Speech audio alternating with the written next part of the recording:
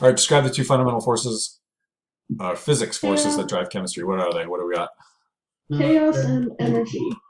Chaos. Dude, you're not screen sharing. Thank you.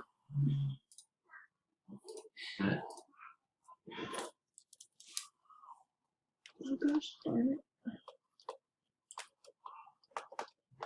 So what do we actually call chaos? Entropy? Entropy. Okay, I got it right. You're You're forgetting it in there. Enthalpy. Enthalpy. Enthalpy. Like, yeah. Enthalpy. Symbols? S and H, H being for, yeah. Mm-hmm. And then it's kilojoules per mole for the top one. No. No, kilojoules per mole times degrees Kelvin then. So it's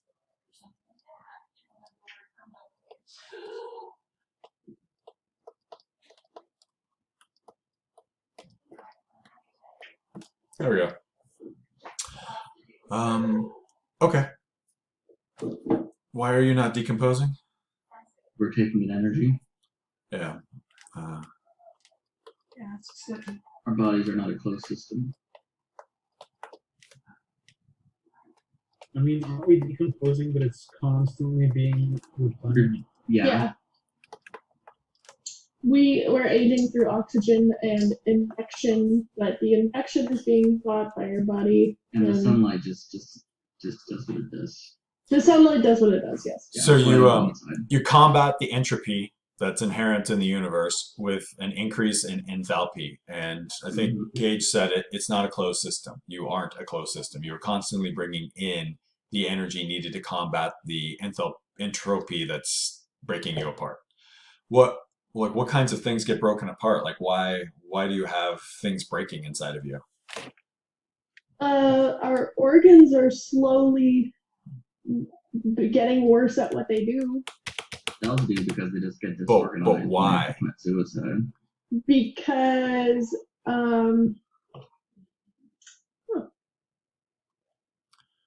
What do you urinate out? Urea And water and salt. no, and you waste do and not stuff that was broken urinate apart. out salt. Waste, the stuff that's broken apart, the broken down pieces of protein, enzymes, the proteins that do stuff besides just catalyzing reactions. So those things only last so long. In the same way that well, this is only because it's on my mind, a piece of Schedule 40 PVC pipe for irrigation only lasts so long. It eventually decomposes and you have to replace it, or it breaks and you have to replace it. So the same situation happens with other organic molecules like proteins. They eventually break, your body recognizes that, and then they disassemble them into the amino acids and short amino acid segments, and then you have to get rid of those. And then you combat that by eating food, which brings in new amino acids, and using entropy to enthalpy that you've inputted to put those things back together. So you have a constant supply. Okay, so why does the skunk that you run over? because it's not able to fight. It's not able to fight the entropy. There's no enthalpy input anymore, right? They disappear because stuff starts eating it. Yeah, like but the microbes. why are the Flies microbes and there though? beetles and- What'd you say, Mr. Cooks? Why are the microbes there? The microbes are there to. No, I mean- not two, but how are they there all of a sudden? How are they functioning on this body? They've always been there. Not all of them, but some of them. Yeah, some of them are basically just like trying to chew their way out or eat something that could nourish them. They were getting a constant food supply, right? And now they're not, so they have to eat the container that they're in. It's Like like the stuff gut that lives bacteria in- when someone dies, they the start gut bloating. Yeah, and that gut bacteria is now producing a different substance, and it's producing substances that do rapidly decompose into like ethane, methane, propane gases. So you definitely get bloat because there's no way. I mean, normally whatever the like skunk or raccoon or whatever got hit, they would just fart and it would just go away. But now that's not a possibility. So it just builds up inside of them until it pops, which is kind of gross. Happens with whales sometimes. It happened with 36 people in a U-Haul next to a funeral home in New York this week. God, ew, ew, ew. They didn't have any place to put them, so they were storing them in a U-Haul. Why a Heard U-Haul? about that. Because they couldn't afford to buy a refrigerator truck. So they thought that would be okay. Well, it got warm this week, and what do you think happened? They popped. The microbes started acting up at a higher rate because it's warmer, and then started producing gases inside these bodies, and then some of them ruptured. Yay. All hot. I can't even I don't think imagine they're all going to the get their proportions deposit of back the on that U-Haul truck. Decomposing bodies is not exactly something that that's part of your allowable contract for a U-Haul. All right. Is there anything that it can soak into, though? I feel like with some heavy solvents, you could get the smell out. The inside of that can, I mean, it's metal, right? Yeah, it is. It's got some grooving that you'd need to definitely rinse out. But There's some wood along the side. You probably need to replace that. Not sure how much I would want to rent a U-Haul, and they told me that, we had a couple people pop inside of them, you know. Yeah, somehow. I doubt But they're we going to tell you washed that. it out. All right. So why is all the energy stored in the gasoline not able to be used to propel your vehicle? Because vehicles aren't 100% efficient. Okay. So where is that excess energy going? Vibration and heat. Are vibration and sound like the same thing, or No, could we say they're separate? Okay. no, because if you had that motor in a vacuum, obviously it wouldn't run. But if it vibrated, it would still be vibrating. You're still moving an object around, so that's still going to take energy. Vibration, heat, sound, friction. Mhm. So all of these things culminate into you having a poor efficiency for the conversion of the chemical energy to mechanical energy. Just a second. Can you go outside? Have a good night. Puppy!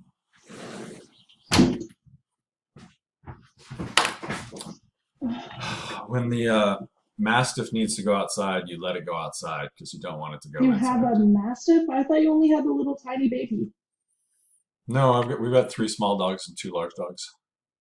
I love mastiffs. Good. She's actually a Daniff, which is a Mastiff / Great Dane. Oh my gosh. Okay, so how does Boltzmann's microstate model of entropy explain why liquids have more entropy than solids? So solids, liquids, and gases, like the solids are they can't move, so there's not a lot of different microstates it can be in. While gases move a lot, so there's many microstates that it can have. I had a hard time relating it to the model.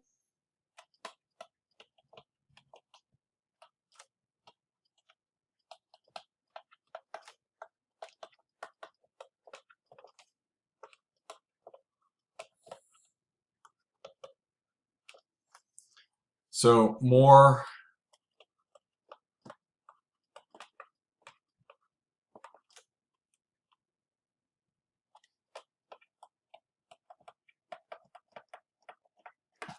if you take a snapshot of the position of the atoms or molecules, they're going to be everybody's got their own spot. And then you wait a second, you take another picture, and they're going to be in different spots. If I'm talking about a solid, they're vibrating in place. So their positioning is kind of fixed, but not completely fixed because they are moving a little bit. If they're liquids, then they're rolling over the top of each other. But if they're gases, they're bouncing around on the inside of the container. So when I take a snapshot of the molecules in a container of gas, they could be anywhere inside that container. They're free to move wherever they want. They have no interaction with each other. So it's about more possible positions that they can be in or more possible orientations to find those molecules. I mean, you could sort of think about this with people even. So if you're in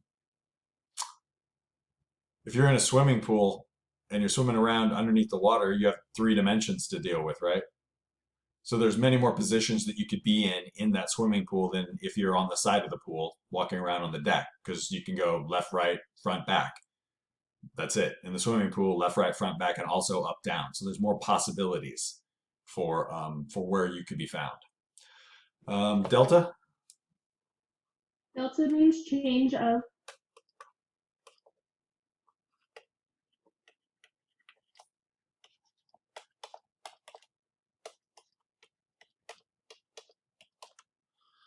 Okay, something like that. So Gibbs free energy equation, delta G is equal to delta H plus temperature Kelvin, sorry, not plus, minus T delta S. All right, so this is free energy.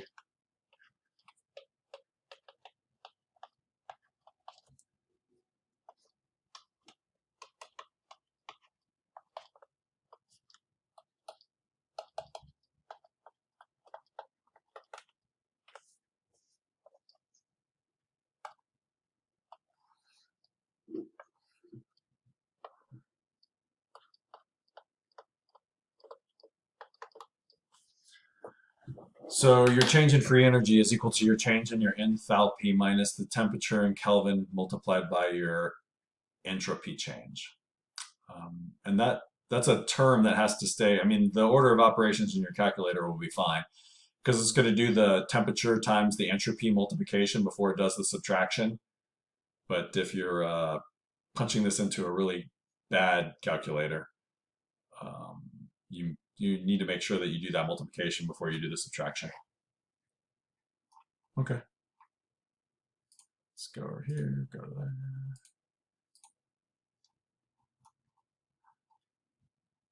So we stopped. We didn't actually do a calculation. So let's talk about that for a little bit. So let me come over here.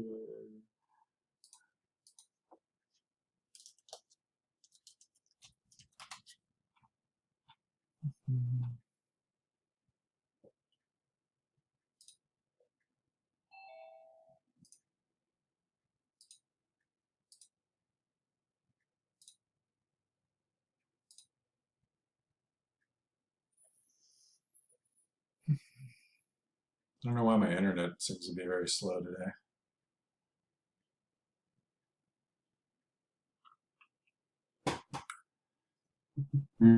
Like that too. I mean, probably for people or whatever. I don't really have internet, so I don't really have to worry about it being slow. Okay, so this is the CRC. It's the Handbook of Chemistry and Physics, obviously the 97th edition, so we must be at the 100th edition by now. This book, there's a copy of this book in lab someplace. Pretty sure. Yeah, in the Hood River lab there is. In the Dallas lab, maybe.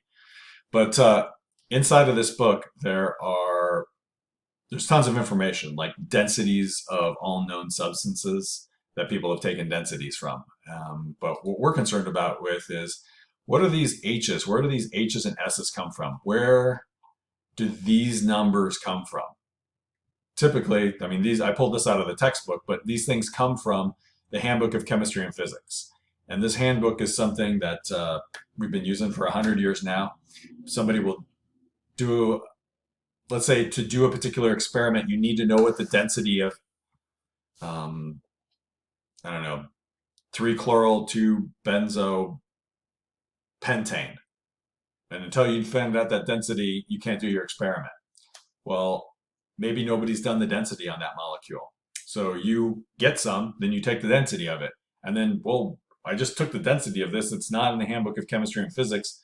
So I send somebody my work at CRC and they add it to the table. And so this is why the book went from being the size of a Pamphlet. Bible. No, it was like Bible size. And now it's, 1,000+ pages. It weighs like 22 pounds. The index must be huge. No, the index is actually pretty small, and it's written in font like 8. So they've crammed a lot of information in that. They're basically to the point where they don't want to have to create like volume 1 and volume 2, but they're about ready to, because at some point people aren't going to be able to lift this thing. Okay, so you get these H's and S values, enthalpy and entropy values, from the handbook, and then you can plug them into an equation. So the calculation is super simple. So let's talk about this one for a second. The question you could be asked is this reaction spontaneous or non-spontaneous? And if the temperature is 18 degrees Celsius and you have an enthalpy change of 75 kilojoules per mole and an entropy change of 240 joules per mole Kelvin, is it spontaneous or not? So what did I have to do immediately?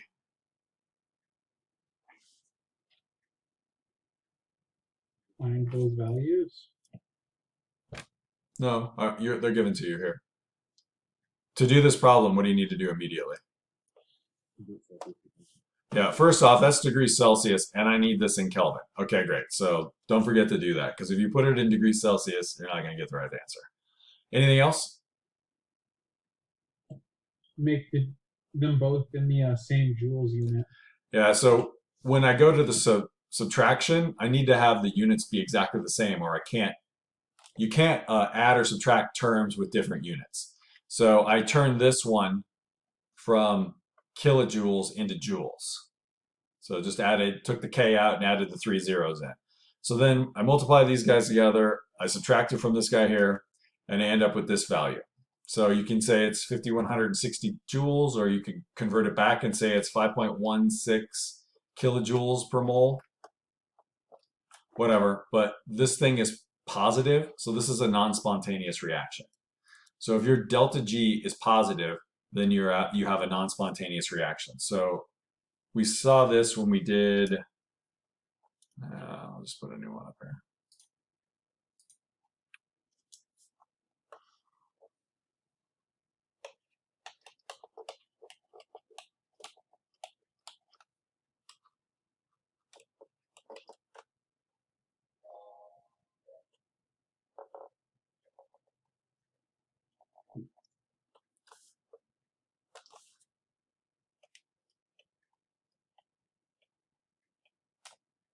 So this would be a spontaneous reaction because the starting delta G is greater than the ending delta G. So then free energy was given away. And the non-spontaneous reaction looked like this. I mean, that's terribly drawn, but you get the point. This G up here is larger than this G down here. So you have to add energy to get it to go up there. All right. So let's go back over here. No, here. There we go. All right. Okay, so this one is a non-spontaneous reaction. All right, so let's talk about just generalities of the Gibbs equation. All right, so if you want a reaction will always be spontaneous if I've got a negative delta H and a positive delta S. So what I'm trying to do here is the reaction needs to be negative to be spontaneous. And if my delta H is negative and my delta S is positive, it's always spontaneous. So why is the universe saying that this reaction is always spontaneous?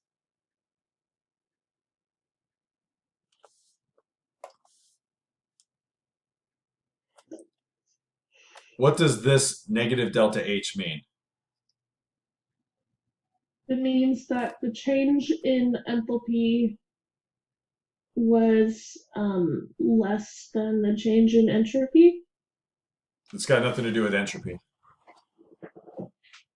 Oh yeah, there's no. Because that's why we did that homework question, right? Delta H would be equal to HF minus HI.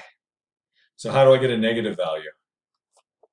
The final is greater than the initial. No. The final is less than the initial. Right? Yes.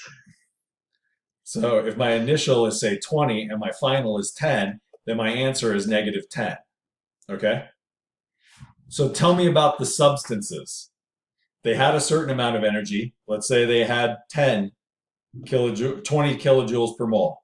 My reactants had 20 kilojoules per mole. My products only have 10 kilojoules per mole. So what happened?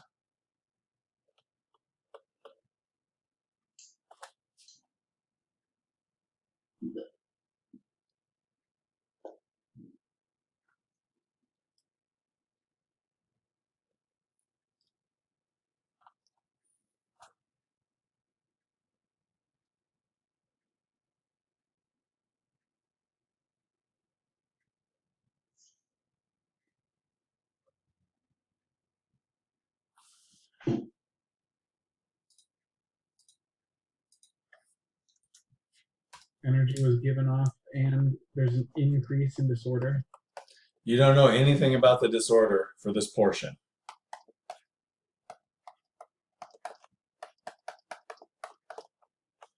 So if this is 10, sorry, I'll make this 25 kilojoules per mole. That's my I looked up my reactants, and my reactants had 25 kilojoules per mole in them. My products only have 10 kilojoules per mole in them. So tell me about the energy of the reactants versus the products.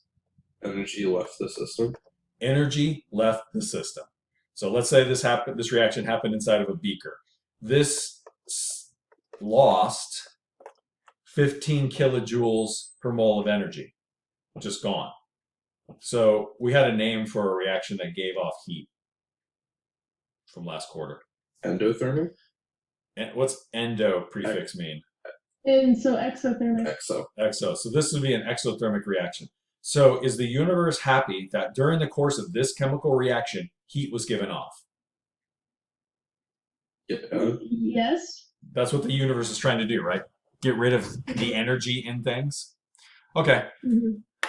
So now let's go back over here. And so what about the delta S? What's going on with that?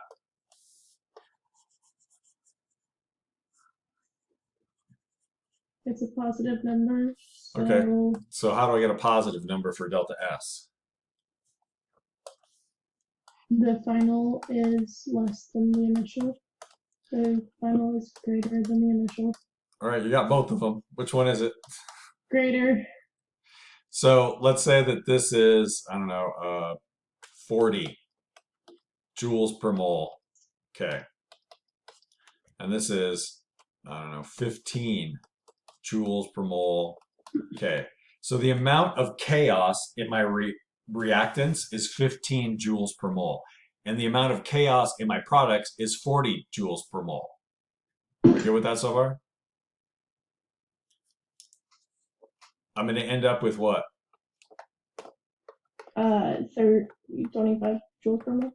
So what has happened to the amount of chaos during the course of this chemical reaction? It has decreased. That's not what that says. It's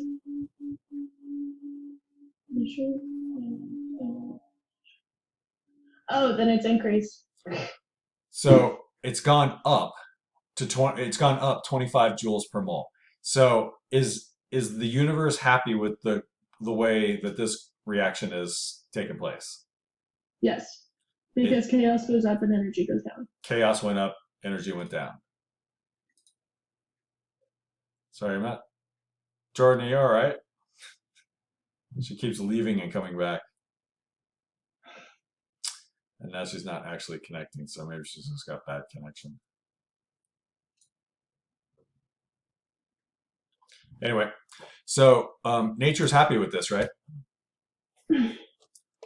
Lost H, gained S, became more chaotic and gave up its energy. So since nature is happy with that situation, under all circumstances, this reaction is spontaneous. So is spontaneous in the eyes of the universe like a good reaction? It's doing what the universe wants to happen. So can somebody give me an example of a spontaneous reaction?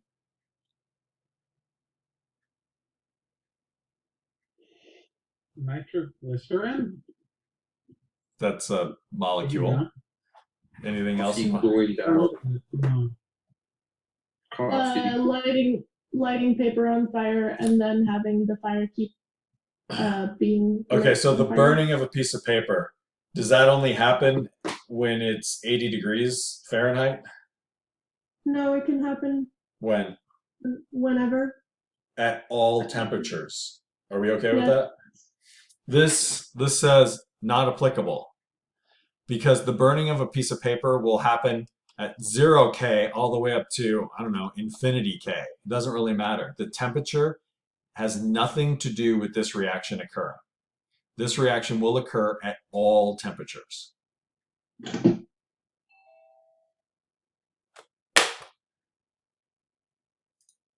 Are there reactions that won't occur at all temperatures? Yeah, just a sec.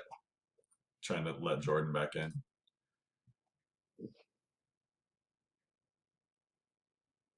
Do you have like satellite internet, Jordan?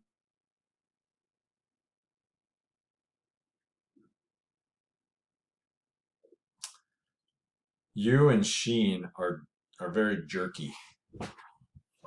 Everybody else is pretty smooth. Yeah, you jerks. Just mean. Connection time. Okay, so what if the exact opposite happens? So a non-spontaneous reaction? A non-spontaneous reaction always. So this is never a spontaneous reaction. How can I have a never spontaneous reaction? The enthalpy or So I The cross chaos. this loss here on the H to gain, and I cross this gain to a loss. So under that circumstance, the reactants have less energy than the products. And under this circumstances, the reactants are more chaotic than the products. So nature does not want that to happen. Nature does not want your reactants to, that's really weird, to gain energy. And nature doesn't want your products to have more organization than the reactants do. Does that make sense? It's going against the two things that nature wants to do. So it doesn't matter what the temperature is. The temperature is not important in this circumstance. So give me an example of a non-spontaneous reaction.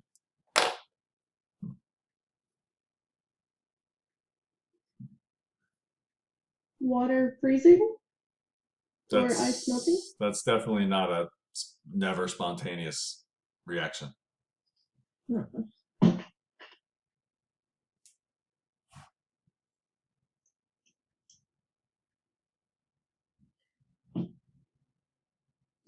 How about something really easy to visualize? A car moving uphill. Okay. It's not turned on, brakes are off, but all of a sudden it starts moving uphill. Is that ever going to happen? No. You have to have an energy input for that to occur, right? It Yes. doesn't matter what the temperature is. That car is never going to go up that hill all by itself. It's like a ghost car, I guess. Well, then the ghost is adding enthalpy.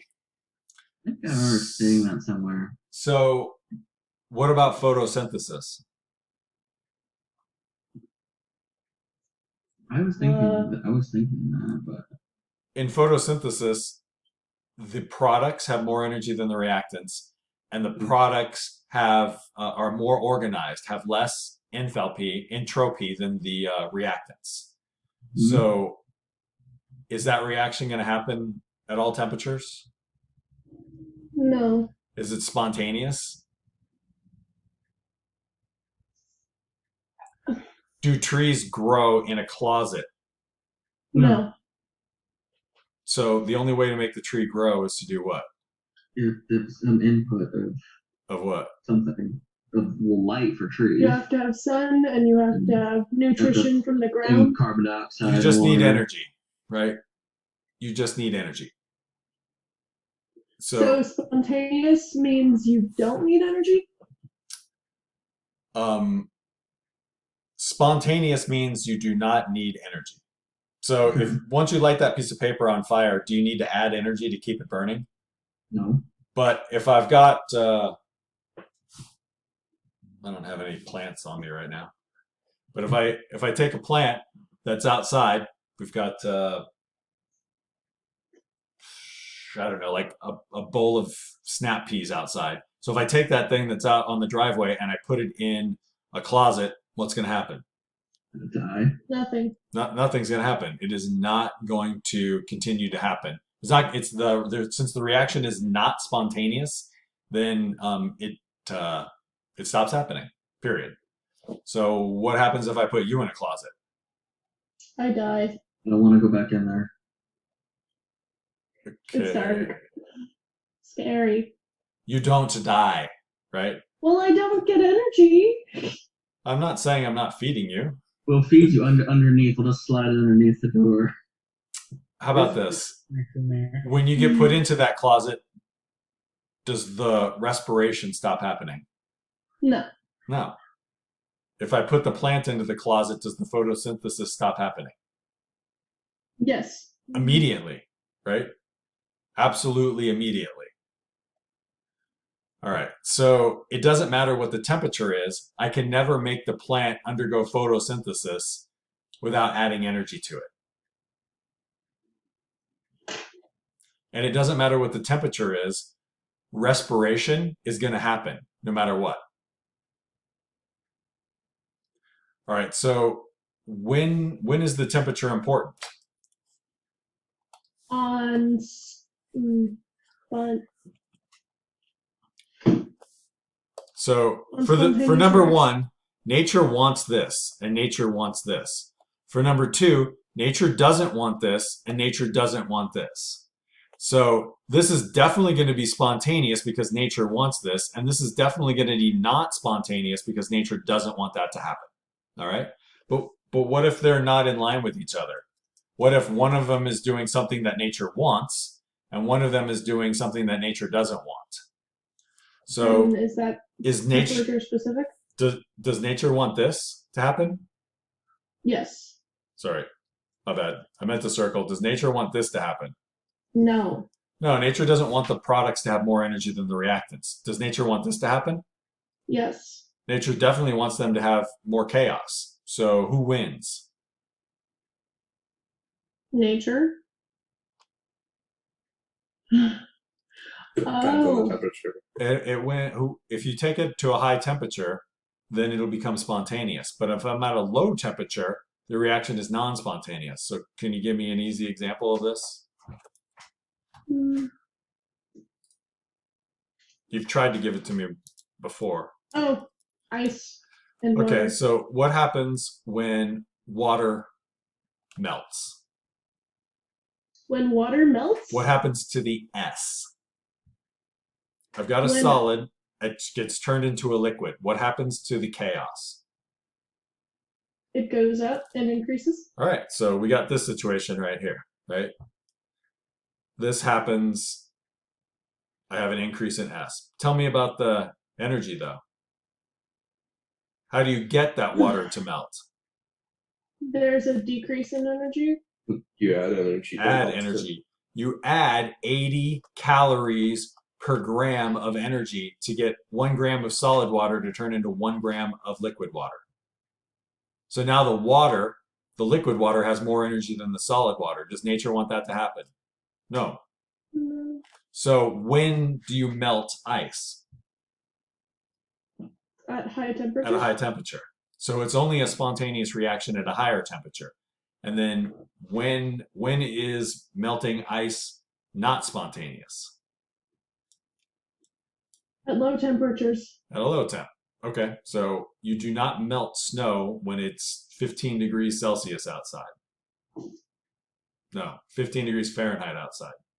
You can't melt snow at 15 degrees Fahrenheit. It's not much too cold. Okay, so what about the opposite? So what if I'm talking about the reactants lose energy, but they become more organized? So we can stay on this ice and water theme. What happens when you freeze liquid water into an ice cube? So decreasing energy. So it loses energy. Energy has to come out because it's going from a liquid to a solid, but it becomes more organized. So nature doesn't want it to become more organized, but it does want it to lose energy. So this is spontaneous at low temps. So liquid water is going to freeze at a low temperature, but it's not going to freeze at a high temperature.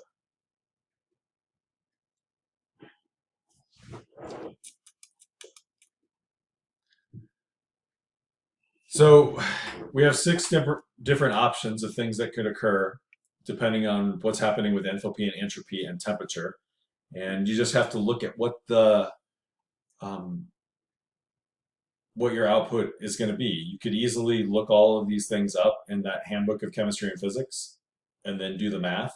And then you'll find the spot at which the temp change is going to swap it from being spontaneous to non-spontaneous. And we know that happens at 0 degrees Celsius for water, or 100 degrees Celsius for water if we're going to a different phase change. And the temperature, when we say high and low, that temperature is totally relative to the situation. For water, it's at 0 degrees Celsius. For table salt, it's 1700 or something degrees Fahrenheit. So it's completely relative to the situation.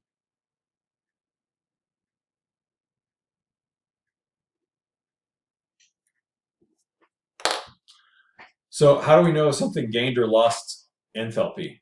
And how do we know if something gained or lost entropy? What's an easy way to determine the enthalpy loss? Super easy one.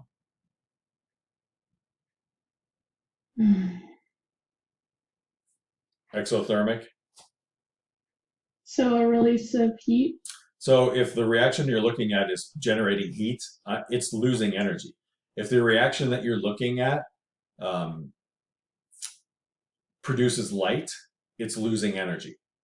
If you hear something, it's losing energy.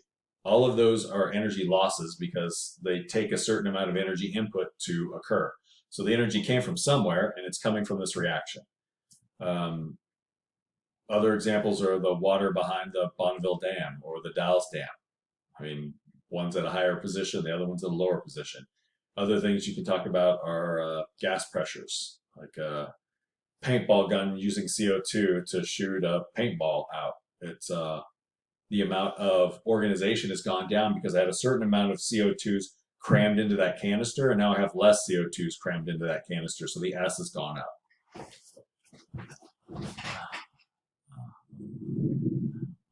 All right, so let's talk a little bit more about photosynthesis and respiration. So plants take in CO2, which is a gas, and water, which is a liquid, and they make a gas and they make a solid. So tell me about the S here and the S here.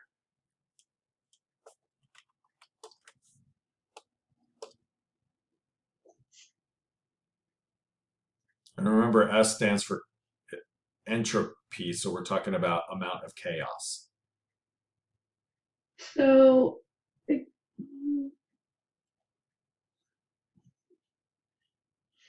So I got 2 things on each side. One of them's a gas on each side. So let's cancel that one out. And now what I've done is I've taken a liquid and I've turned it into... I've turned it because the amount of chaos in a gas is equal to the amount of chaos in a gas. Okay. But now what I've got is a liquid and I've got a solid. So which one of those has more order to it? The solid. Okay, so what happened to the S when I went from the reactants to the products? It decreases. Okay, so you can simply look at the states and determine that this is now a solid and I did have a liquid before. And so this organization has gone up. So the amount of S is decreased, and so nature's not happy with this because it made an organized molecule. And then the opposite happens here, right? I take something that's a solid with a gas and turn it into something that's a gas and a liquid. And I also get energy out of this. Where on the other one, I needed to add energy to get that to occur. S stands for enthalpy rate. No, S stands for entropy, because enthalpy is the H. Okay.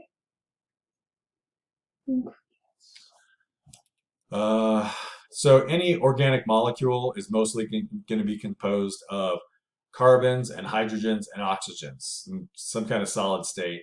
And if you just let that set and don't do anything to it, eventually you're going to make methane and water molecules. So is this a spontaneous reaction?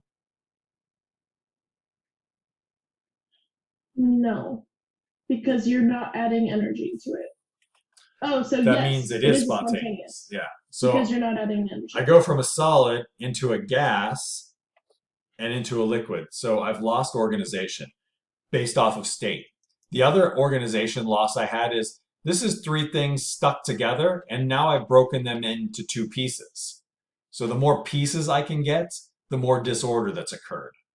The more, if I can change something from a liquid to a gas or from a solid to a liquid, then I've got I've lost organization. I've got more chaos. So nature's looking for that. So anytime it can break something down, nature's happy with that. So, I mean, this is. I feel like we had this discussion, and I don't remember when we would have had this. Do we have the discussion about Mad Max Beyond Thunderdome and Bartertown? No. Nobody? Yes. Collecting gas. Yeah, we did. Why am I never here for this? I don't know. You miss everything fun.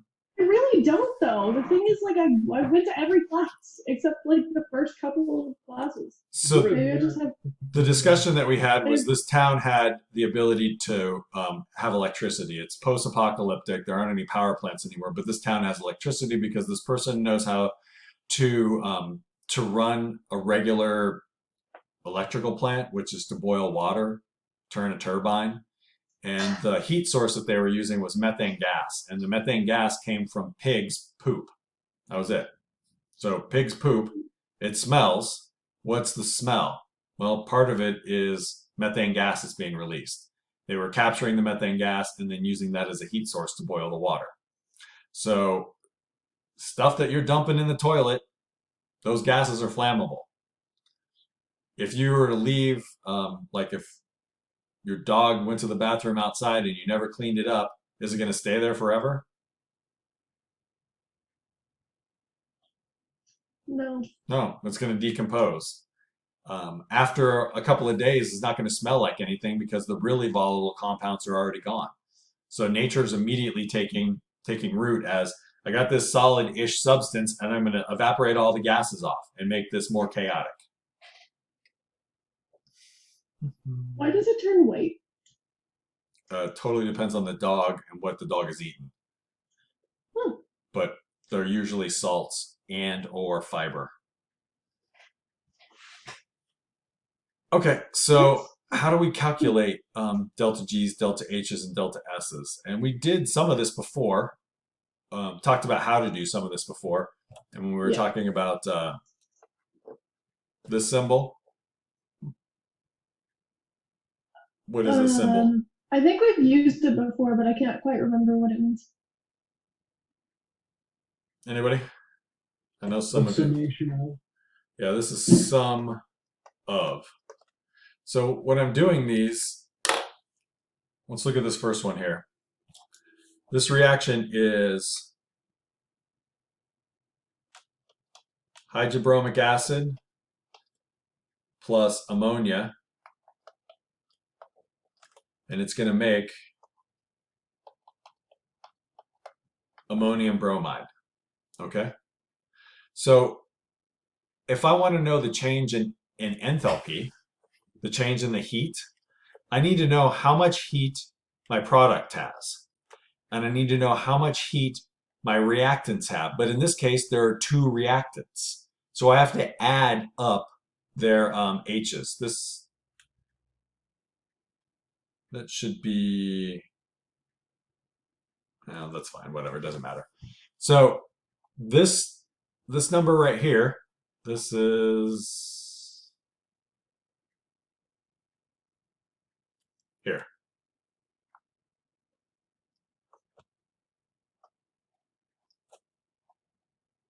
And there's your unit. So the amount of energy that ammonia has in it is during that production is negative 46.2. So I got a negative 46.2. Now I go find hydrobromic acid. So HBr, negative 36.2. So put negative 36.2. Then I have to put them in parentheses and add them together because that's the total amount of energy those things had before this started. And so then I take what I'm making, which is the ammonium bromide, which is right here, and that one is 270. So 270, 271, whatever. So then I have to subtract off what I started with from what I ended with, and I end up with negative 167.6 kilojoules per mole. So what happened to the energy during the course of this reaction?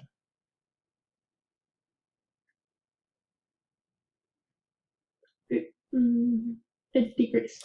It No, decreased. it increased. It decreased. It's a negative value, right? So this is energy loss. So is nature happy with that? Yes.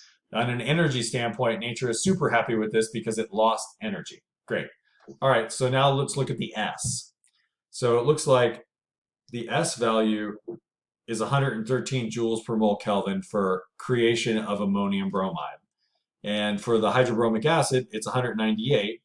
And for the ammonia, it's 193. So I add these two guys together and I subtract off my, my 113 kilojoules that I end with, and I end up with negative 178 joules per mole Kelvin. So is that spontaneous? Or sorry, is that something nature's happy with?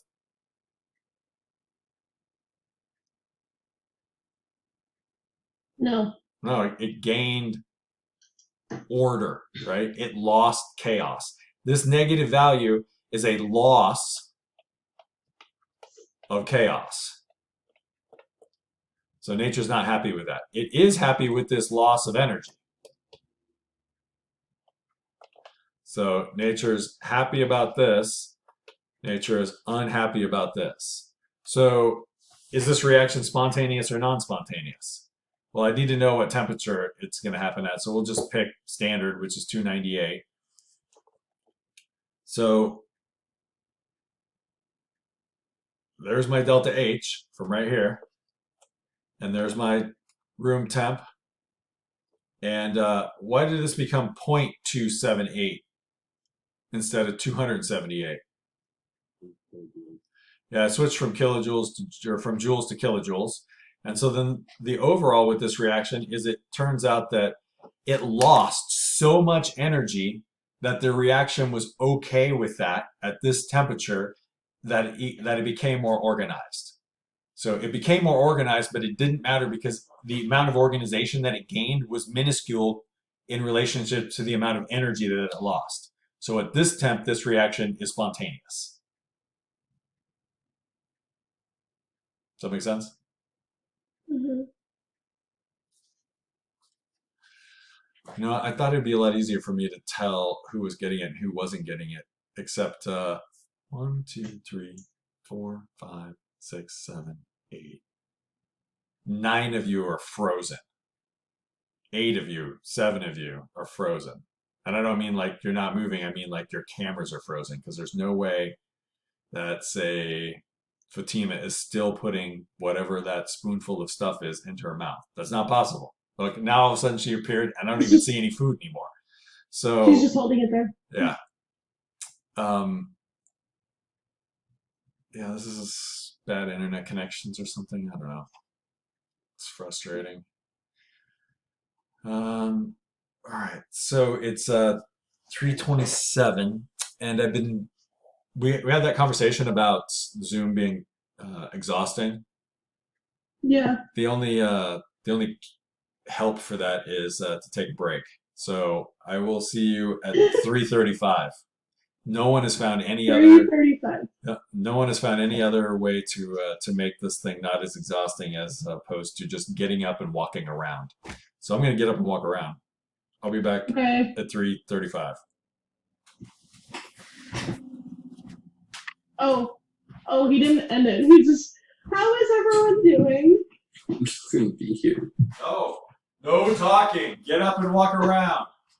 I'm drawing. Leave me alone. Madeline, I drew you. I was so bored, but I drew you. I love it. That's basically my resting facial expression. You nailed it. You're so Amazing. pretty. You are a very pretty subject. Yes, of course. You look like you live in the rainforest. I like. Hold on. Let's just. Oh my god, that's amazing. Ah! And then let's go to the ceiling. Wow. And then here's this guy just kind of here with me. Aww. The air must be so fresh in the room. It's super fresh because I got lilac for my stepmom, but unfortunately my face is also really puffy and itchy because I'm Aw. allergic to it, but I didn't want to tell her that and hurt her feelings, so I'm just dealing with it. Oh. Oh. I like to, when I'm like chilling in Zoom, I like to just like click on someone's camera and just start drawing because I'm so bored. Good practice. Hey, Yeah. really random. I'm gonna introduce you to the tarantula. Yes. Oh god, I've been wanting to meet your tarantulas. Let me turn my brightness all the way up. There we go. Perfect. Okay, so his home looks small and it seems unethical, but it's only because I'm trying to get him to have sex, and it's all just a lot Aw. easier to put him back in this. Aw. Yeah. Have you succeeded? Are there tarantula babies yet? No, No. these guys are so stubborn. So she doesn't want to eat him. She doesn't want to have sex with him. She just doesn't want to be around him at all. Like, Do they attack each other or what? no, I thought she would because she, like, her breed is supposedly a little more aggressive, but They just want to chill, dude. They just want to be good friends. I guess so. I guess so. Probably make like a soap opera out of that. They could do I a comic series. I wish I could. Maybe I could turn my Zoom on my phone. But like, I really do wish I could show you my lizards. But one, Luna, is so good at hiding that sometimes I think she's like run. And like, I'll be like, Luna, please just eat your food. And I'll look around and be like, oh my god, where's my lizard? And she's just like in between some leaves or something.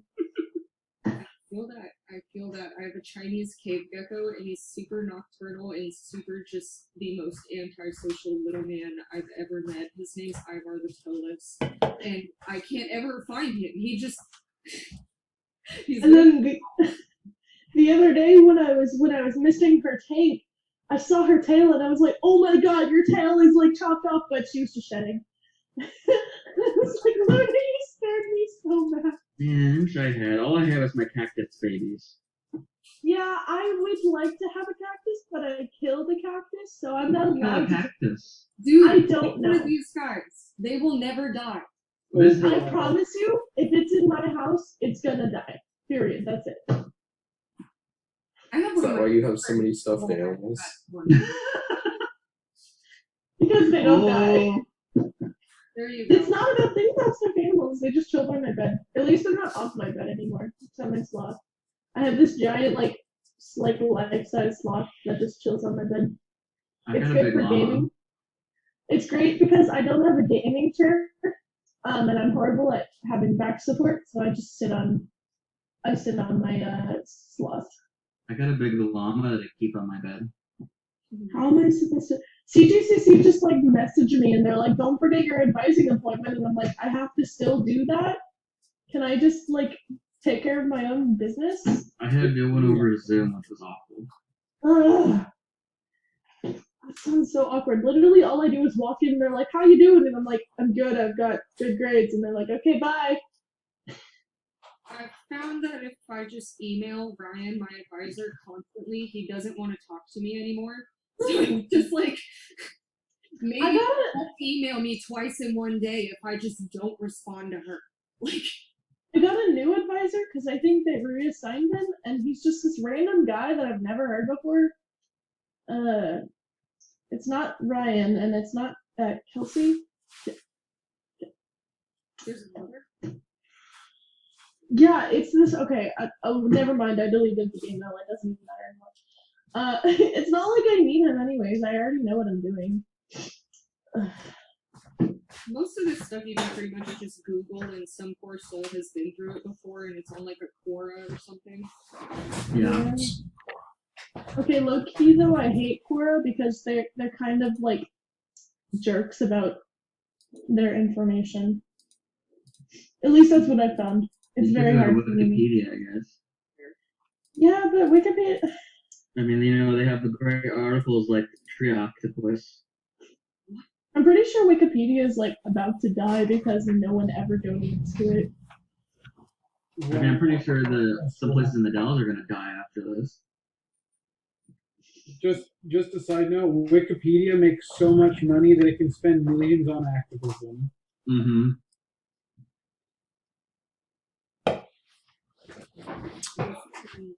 Conversation. Oh shit! I gotta water my cactuses today too.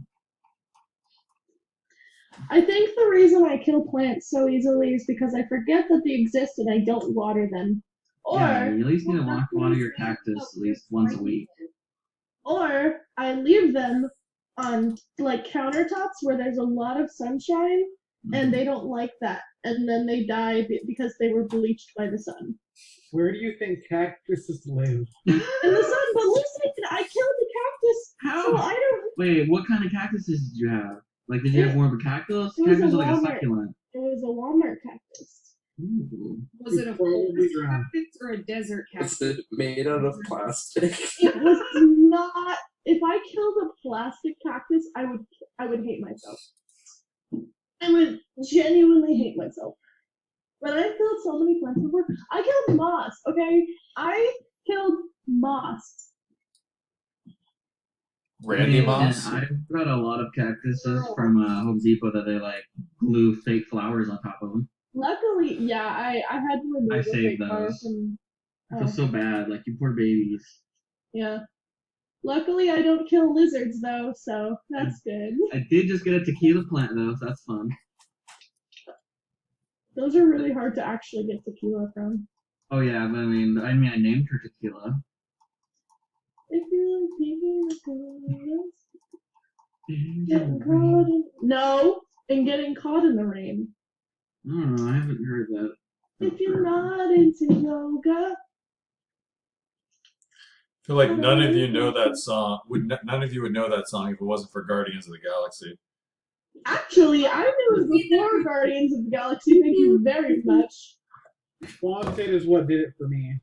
What?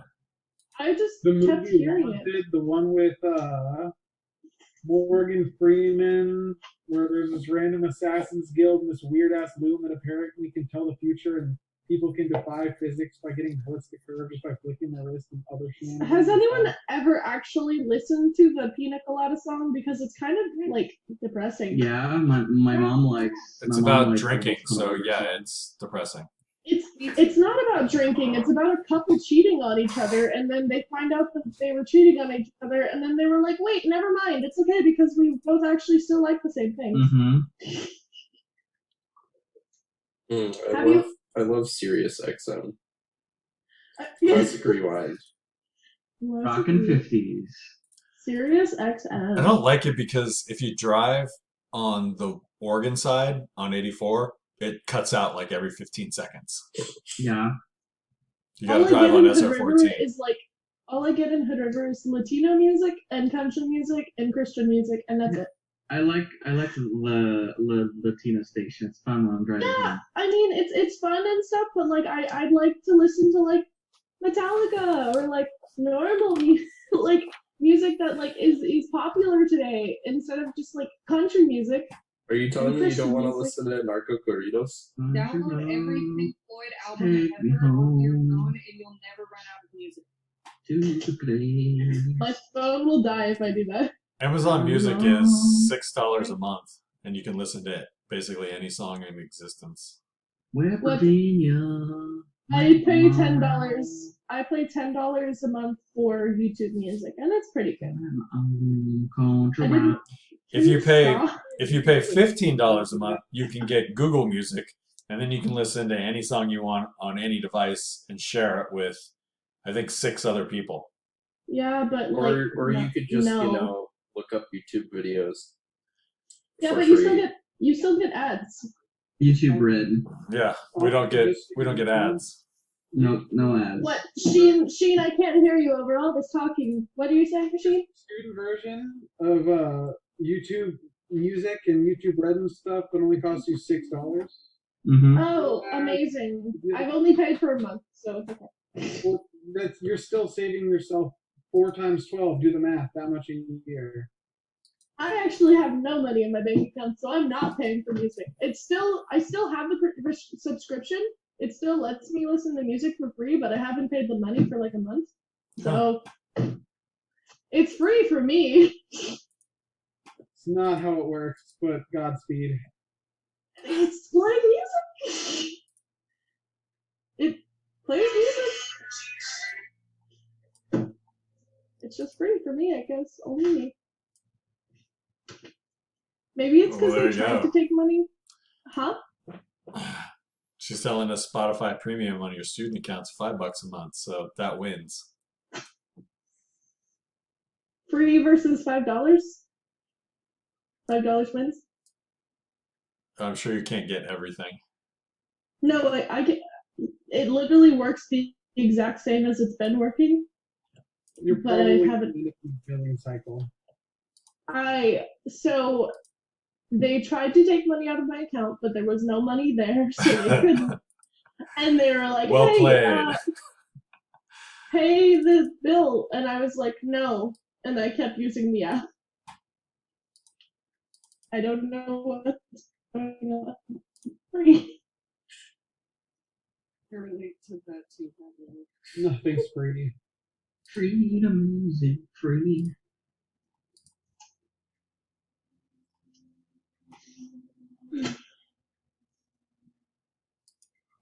Yeah, I don't know if they're still the same thing. Okay, I guess we can stop yammering. And Anything else? well, let's back up a sec. I'm not even paying attention. Is somebody talking? No. I'm just waiting for us to get back into the actual part of the lesson. So, anybody have any questions about the thermal chem stuff? Because we finished those notes. So it's just about chaos and energy and the one equation that we've been using. Yes. Yep. Okay. One equation. That it? That's the only question?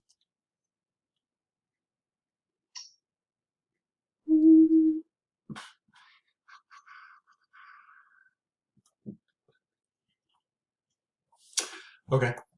Well, if that's the only question, then let's move on.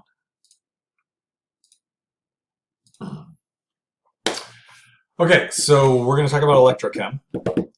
And the first thing we need to do before we have this discussion is who doesn't know exactly what electricity is? Hands up, hands down. I guess maybe not. I don't know. Electricity is, I'm gonna say no just to be safe. yeah, thank you. At this point, I've heard it so many times from my father, I probably already forgot.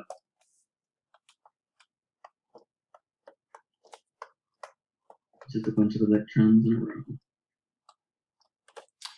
So you have a conductor wire, and then the electrons travel through the wire. They kind of travel through the wire in the same way that trains travel. So there's something that propels them, and then they get bumped from behind, kind of like a Newton's cradle. We're okay with that?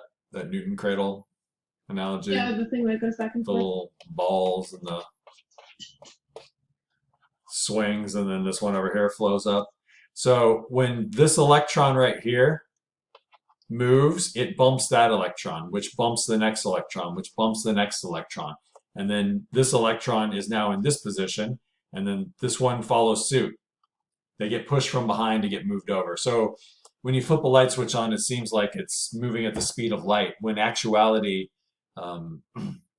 the electron right on the other side of the switch, or right on the other side of the switch, bumps the electron right next to it, and then all of them follow suit all at the same time. The electrons themselves are only moving at a couple of centimeters per second down the wire, but since they keep bumping the one in front of them, they all seem to be moving, and they all move at the same time. It seems like it happens instantaneous. So it's like an instantaneous bumping that causes the the electricity to do its thing. There's two types. What are the two types? Of electricity? Yeah. It's AC and DC. Yeah, where it goes both ways and then it only goes one way, right? Okay, so the direct current goes in one direction, and then the alternating current goes in multiple directions. Does anybody know who gets credit for these? Not, That is Tesla. yeah, not the right people, I'm pretty sure. And It is AC? for electrocuting dogs. And elephants. AC? Oh, AC Nikola was Tesla. that was Tesla. Which one of these is more important to us? Probably AC. AC. The AC is much, much more important to us. The electricity that's coming into your house is alternating current. The electricity that gets produced at the dam is alternating current. The electricity that gets transferred down wires down in front of your house, outside your house, that's AC. Everything in your house runs off of AC with the exception of what? Battery operated devices. Anything that's electronic. So almost all your battery devices are electronic, like a television remote or your phone, but or this little pen thing that I use to write on this pad. But anything that's electronic needs to use DC. It cannot use alternating current. So anything that's got a little circuit board in it, it runs off of DC. So how do we get the AC coming out of the wall to turn into DC that you need? A rectifier. I can't pull that out. Just a second. Little diode bridge.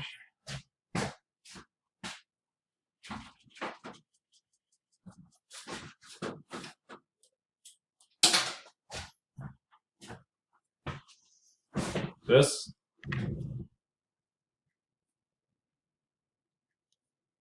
Oh, it's a charging block. What does this thing do? It connects the power from the wall to the charger, or to the wire that connects to your phone. No, So it doesn't connect it. you put the plug in the wall. The plug is connected to a wire, and the wire connects to your phone. It converts alternating current into direct current. Okay. So I'm sure you've all had the problem of trying to plug something into the wall and it's like a large black box, right? You know what I'm talking about? I must have one here someplace. No, I don't. Weird. Like this. Does that actually have the plug on it? Well, that's how you get away from that, by inserting that rectifier unit in the middle of a cord. The other ones where it's just like a thing the size of a large golf ball, small baseball, those are nominally called wall warts, and they convert the alternating current into direct current. So any one of those large, like little black objects with the prongs coming out of you plug in and they take up too much spot on your power strip or too much of a position on the wall outlet, those are doing conversions from alternating current to direct current. The direct current, all the electrons go in one direction, all going in the same direction. And in the alternating current, they go a little bit this way and then back a little bit, and then go a little bit this way and back a little bit. but they still propagate down the wire. All right, so let's go. So just really the flow of electrons through a conductor. The charge of each electron has a value of 1.6 times 10 to the negative 19th coulombs. So coulomb is just a unit that we use to value the amount of energy in an electron. Tell me something about that negative 19 number.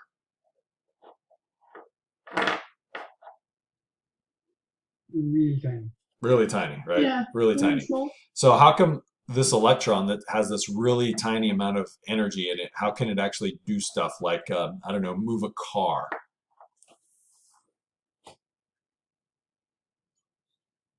There's There's a lot of it. There are lots of them, right? So in the same way that we say 18 milliliters of water is 6.02 times 10 to the 23rd water molecules, you don't just have one electron. The electrons that we're talking about were in the mole area, No. moles of these things. So if I've got moles of electrons, then all of a sudden that Coulomb number becomes big enough to start doing things. How much? So there's two aspects to electricity. One is how forceful the electrons are being moved, and the other one is how many electrons are being moved. All right. So if I've got a wire, I can measure the amount of force that is going through the electrons and the number of electrons are going by at a given point in a certain amount of time. So the number of electrons that's going by is called the amperage. And the forcefulness as to what those electrons are going by with would be voltage. So let's say you had a whole bunch of people, running down a sidewalk. And so they're running at a certain speed and there's a certain number of them. And then you've got a bunch of cars on the street going past them. So the cars are moving faster and there's more of them. So those cars have a lot more energy in them than the people do.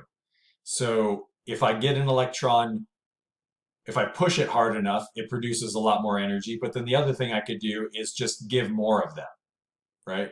You can have like one super strong person pick up a couch and move it, or you can have, I don't know, sixth graders pick up a couch and move it. Doesn't matter. They're still producing the same amount of work because the couch got moved.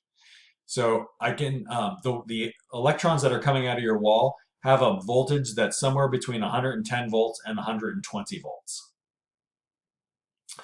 Does anybody know how much voltage the electricity has coming down from the wires on the street? A lot. Tens of thousands. The wire on the street that goes from pole to pole is in the, well, it depends on where you are. It could be 4160, it could be 2000, it could be 10,000, depends on the situation. But what about the wire that's coming down from the pole down to your house? 250. It's 450. 450 comes down to the house. Then at your house, that gets split into, it's 440, gets split into 220. And so your circuit breaker at your house, most of those breakers circuit break for 120 volts or 110 volts, but at least one of them is going to circuit break for 220 volts. It should be two. What's the 220 volts used for? To power your lights and all the, or not faucets, but wall No, plugs. no.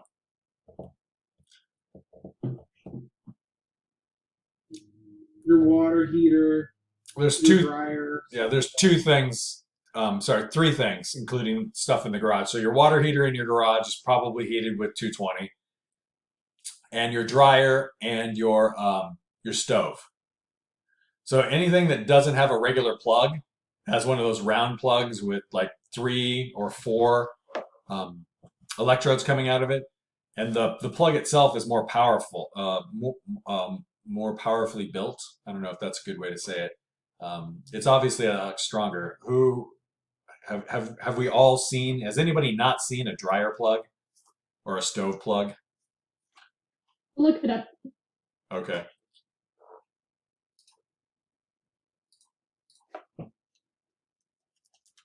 Oh yeah. Oh man, let's think. So are you talking about like the one with 4 holes or with 3 holes? Doesn't matter. Go for the cord. We got those kind of plugs at work for our dishwasher. I have this Certainly, one. yeah. So the wires themselves What are those? are heavy.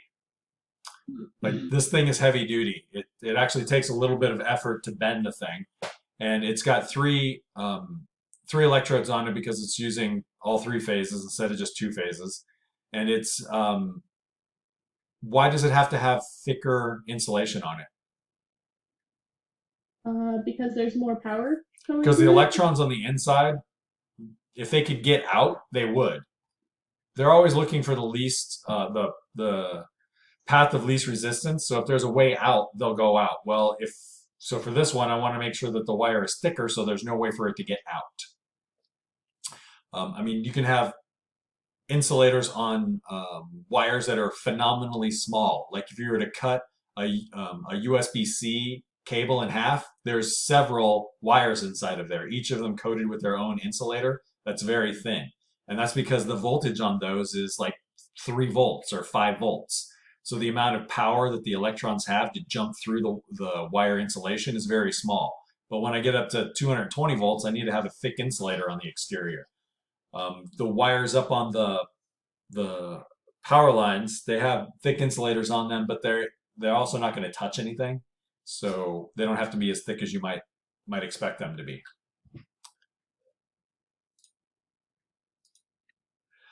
So the other thing that you use to measure is the amount of amperage. So that's the number of electrons that go by a point in a certain time period.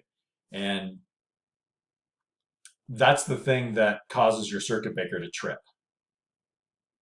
So wires can only have a certain amount of electricity going through them at any given time because the movement of electricity through a metal wire causes something called I²R losses, which is a kind of friction.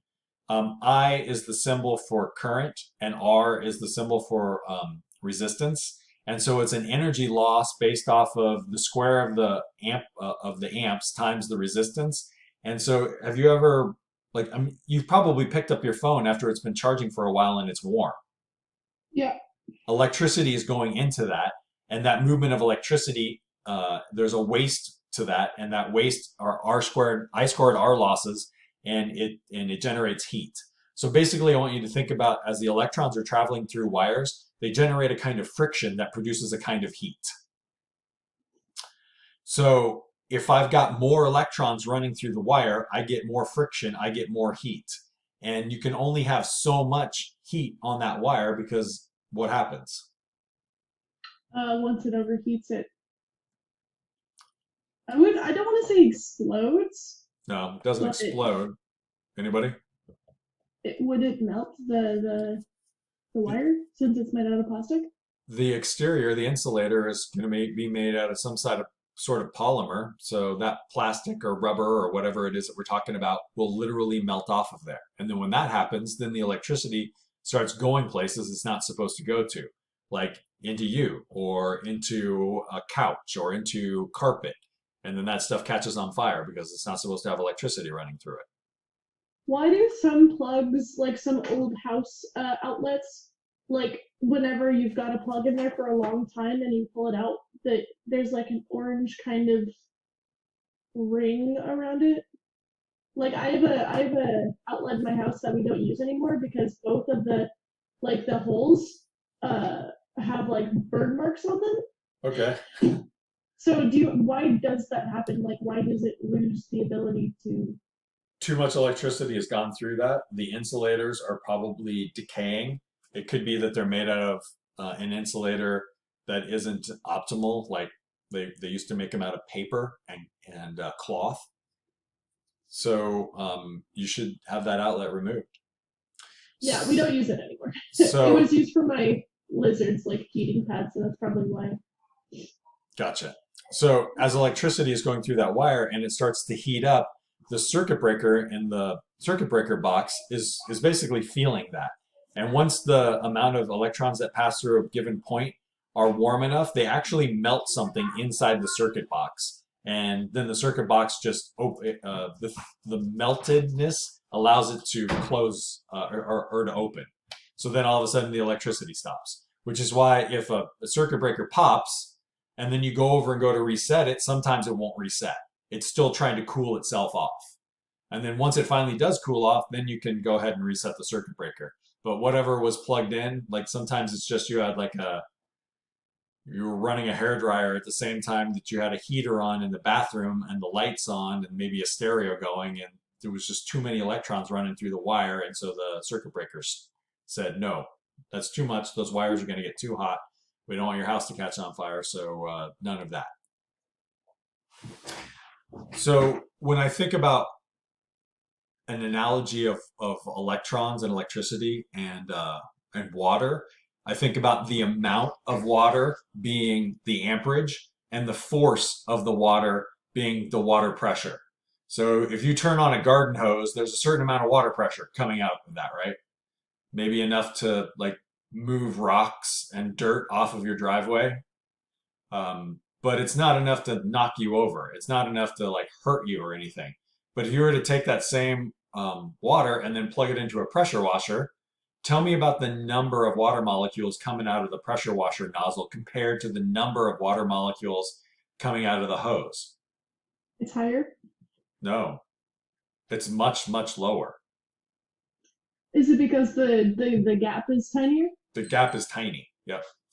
So they're coming out of that. Pressure is ridiculous. They're It not. hurts. There's not very many coming out of the pressure washer, but tell me about the pressure. It's really It's high. incredibly high. It's really high. It hurts. So you can have the situation where there are a lot of electrons coming at a low pressure, or a lot of or very few electrons coming at a high pressure, and both of those two things can be damaging.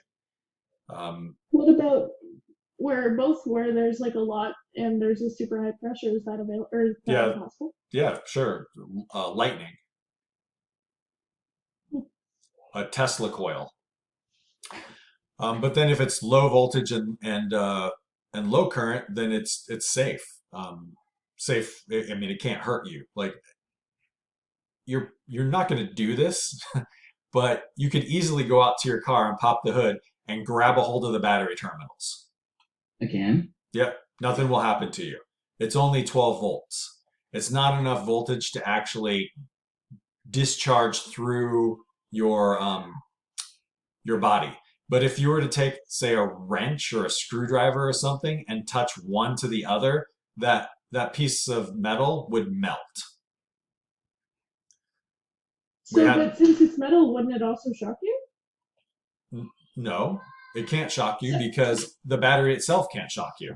It would burn you because it would get super hot, but you can't be electrically shocked by it because 12 volts isn't enough electricity to hurt you. So you're saying putting like a bit of metal in between the both the battery things?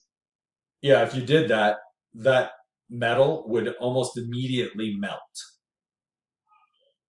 because there's no resistance from one electrode to the other, and the electricity goes through there so fast. So many electrons are traveling. I get so many of those I squared R losses that the metal can't handle it, and I reach its melting point. I literally melt the steel. It's probably made out of steel.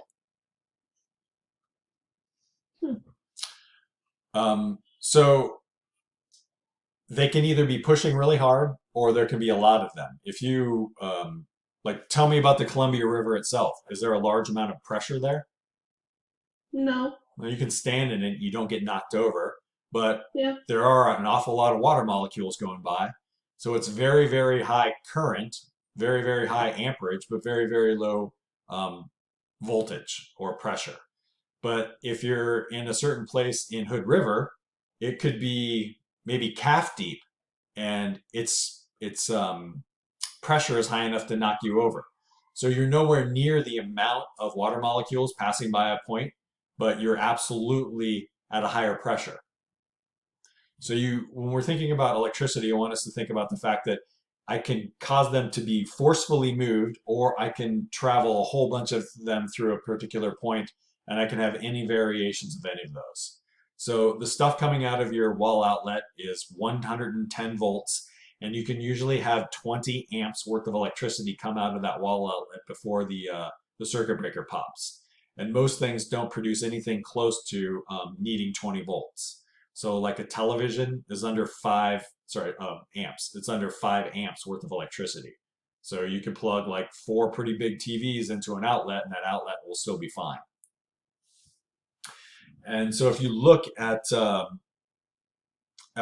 device, the plug on a device, it might tell you exactly the voltage and amperage that produces. So on this tiny little iPhone charger, man, it's gray written on gray. I can't even read that.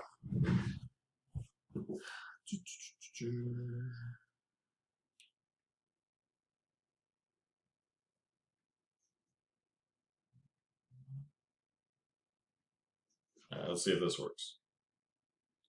No. I literally cannot read what that says.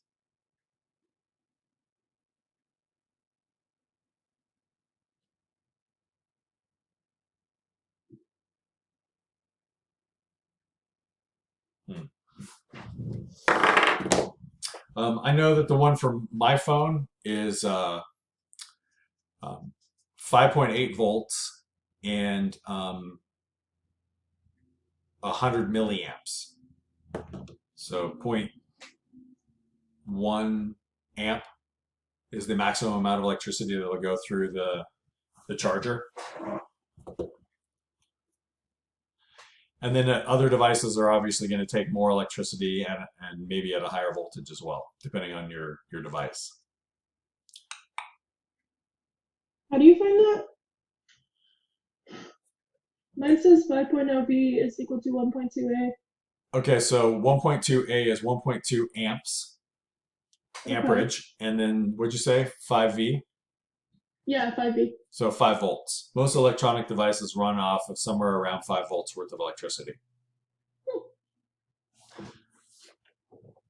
Meaning nothing will happen if you try to use 4 volts. Doesn't matter how much the amperage is, you need at least 4 or 5 volts to get that thing to work. So if you're only pushing with 4 volts, even if you push a zillion times, it's still not going to work. So is that the least amount it needs to work? Yes, but there's also a maximum. So if you were to Yeah, try to use a understand. 10 volt one, then you would break the device. So these little, like if you were to try to take somebody else's laptop charger and plug it into yours, that you need to check that before you do that. Because if they're not the same amperage and voltage, then you can either fry yours. Well, that's pretty much it. You'll burn yours out, or you won't. Or it doesn't work? Or it doesn't work at all. Your options are, it's exactly the right one I need.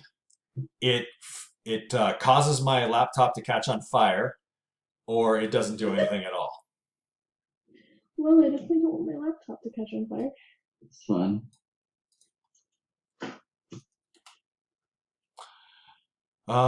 Okay. So I think I'm gonna call it a day. Before you guys all go, Sheen wants to tell you something. Sheen, what? Oh yeah, there's currently a contest going on with ASG. No. It's on the main CGCC Facebook page, but we have a few prizes to give out, including some Beats by Dre headphones. So you should probably check that out. What's the That totally reminds me. The college got like $430,000 because of the $2 trillion bailout stuff, and half of that is designated to be used for students. So if you need some money, you can literally call student services and say, I need some of the CARES money, because that was the name of the bill, and they will give it to you. We are literally trying to give the money away. We have to. Noted. We have to give the money away.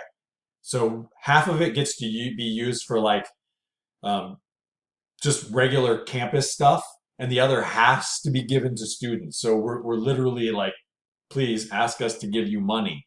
So call student services and ask them for money, and it can be for whatever reason. Your job doesn't let you work anymore because of the shutdown, because of the quarantine, or you got sick because you were working too many hours at Freddy's Deli. So just if you need it, if you want it, it's there, and somebody's going to take it, so it might as well be you. How do I get to students? Is it just the And it number can that's pay like- tuition, or it can be just like cash. Okay, that's all I got. I'll